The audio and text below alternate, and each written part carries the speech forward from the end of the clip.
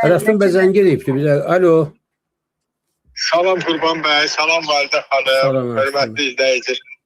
Mən üzr istəyirəm, küçədəyəm, ola bilər səs-küy olsun, amma məcbur oldum, qoşulum tədili. Buyur, buyur. Mənim iki mesajım var.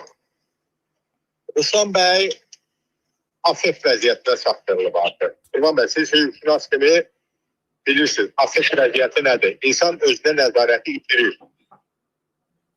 Və bu insanlar hamısı afet vəziyyətindədir. İndi mənim xalqıma bir mesajım var. Birazdan cəmiyyət o vəziyyətə düşəcək. Bəli, sən afet vəziyyətinə düşüb, gəlib, tərtər cinayətkarlarının istintaqını, məhkəməsini, hökmünün icrasını meydanlarda, küçələrdə həyata keçirməyincə bu ədalət bərpa olunmayacaqdır. Dünənəcən bizlə düşmən kimi, yəni Azərbaycan xalqından düşmən kimi davranan İlham Əliyev hökuməti bugün artıq düşmən, vətən haini, satqın, xəyanətkar bu ifadələri adi bir siyasi ritorikaya çevirirdi. Millət artıq reaksiya verməyin zamanıdır. Bir mesajım da İlham Əliyevədir. İlham Əliyevin gədə-güdələrlə işim yoxdur. Onlar heç kimdir. İlham Əliyev, sən Rusla Alman arasında neft alverindən məşğulsan, ya sənin ölkədəki vəziyyətdən xəbərin yoxdur. Buna mən şübhə edirəm. Sən hər şeydən çox yaxşı xəbərin var. Çox gözəl xəbərin var. Amma bir şey deyəsən, sən yanlış qiymətləndirirsən. Ölkədə Ruslan Fərzəliyev vəziyyətdə olan insanların sayı 10 minləndir. Çox.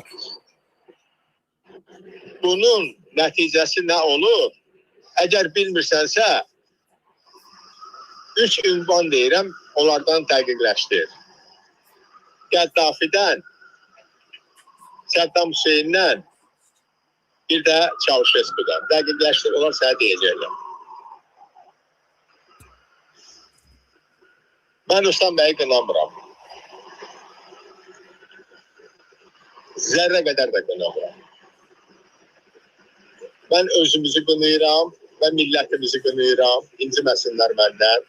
Bəli, qəza törədib, adam öldürmüş bir bloger xanımın müdafiəsinə 10 minlərlə insan qalxdı. Tərtərdə torpağın müdafiəsinə görə zorakılığa məruz qalmış, öldürülmüş insanların müdafiəsinə heç kim qalxmadı.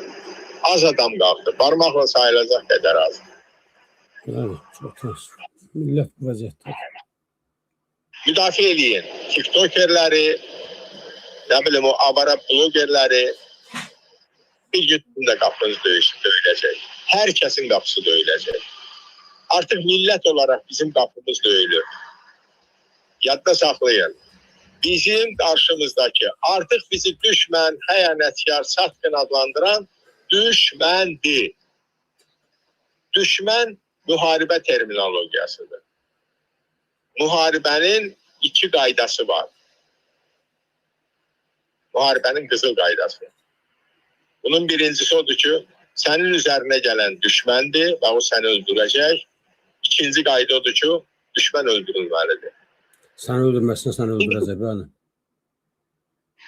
Təşəkkür edirəm. Mən üzr istəyirəm, bəlkə biraz emosional aldım. Çox sağ olun, var olun, sağ olun. Nazafet Maliyyəsi adına rəsmə təşəkkür edirəm.